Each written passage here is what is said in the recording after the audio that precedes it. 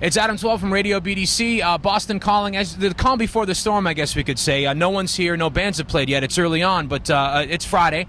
And a little later on this evening, Edward Sharpe and the Magnetic Zeros are taking the stage. And I have Alex Ebert here with me. Hello, Alex. Nice to see you. It's good to see you as well. Happy belated birthday. Was your birthday last week?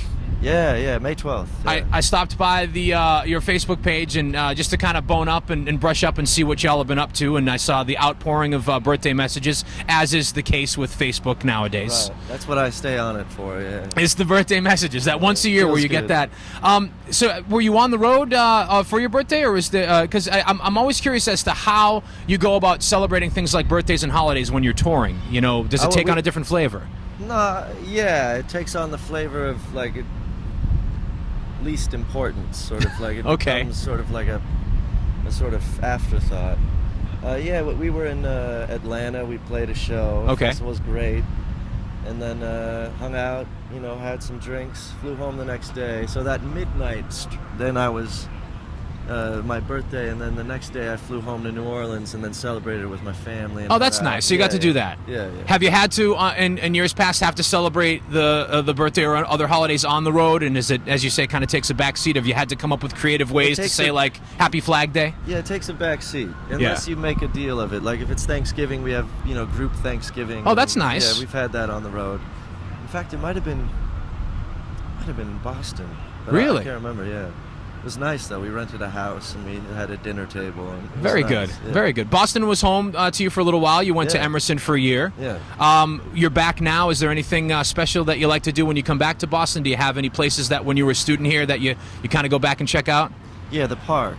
Yeah. The Commons. Right. And then I spent so much time in the Commons, night and day, it seems. And then Chinatown. I went to Chinatown last night and just walked around and sort of acted like a weirdo, and it was great. Yeah, it was great. Very good. It's a good city. It must be nice to have cities that you go to that were home for a while, that you know kind of the places to go. This kind of feels like, it's funny, we really haven't been to Boston that much. We've only come here a few times. Yeah.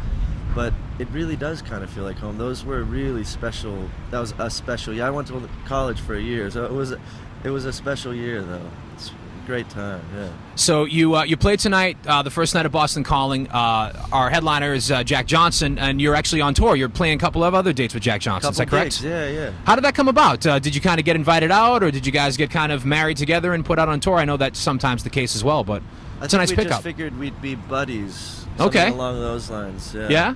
Yeah. He seems like a pretty nice guy. He seems like a pretty mellow dude. That kind of is his manager also directed the long form music video, the movie really of us and Mumford and Old Crow on the railroad.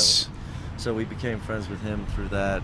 Yeah. Usually I wouldn't bring up like old news, but since you brought it up, I was fascinated by that and would love to hear you talk a little bit about what it was like to get on that train and do those dates. I'll tell you what it was like to stop doing those dates. Okay, all right. Someone asked me, how do you feel, as a reporter asked me, how do you feel now it's over? And I'm walking along the Mississippi in New Orleans where it ended. And I started crying. Really? Yeah, and it was only 8 days, but it was some of the most special 8 days of my life. It was really a childhood dream that you never knew you had. It was just like being on this old train from the 40s and rollicking around with friends and playing music. It was amazing. It's a good crew of bands. I mean, all of you have reputations for not only playing good live sets, but also kind of being very down to earth, very approachable, very, we're not going to go hang off on our own. We're all going to kind of come together and make music together. Right. Yeah. It was like that. It was amazing. That's the vibe that comes on stage when you see Alex and Edward Sharpe and the Magnetic Zeros, and we look forward to seeing the set tonight. I'm sure it'll be a good one. It always is when we see you guys. I think it'll be good. Yes, maybe the wind will die down a little bit. Hopefully. I was saying earlier, you got to pop the hat off when you get on stage. Let the hair blow. Yeah, work the Beyonce look. Beyonce moment. Yeah, exactly. Yeah, music video. Edward Fierce from the Magnetic Zeros. Right on. Hey, Alex, it was good talking to you, man. Likewise. It's Adam 12 with Radio BDC with you all weekend long here from Boston Calling.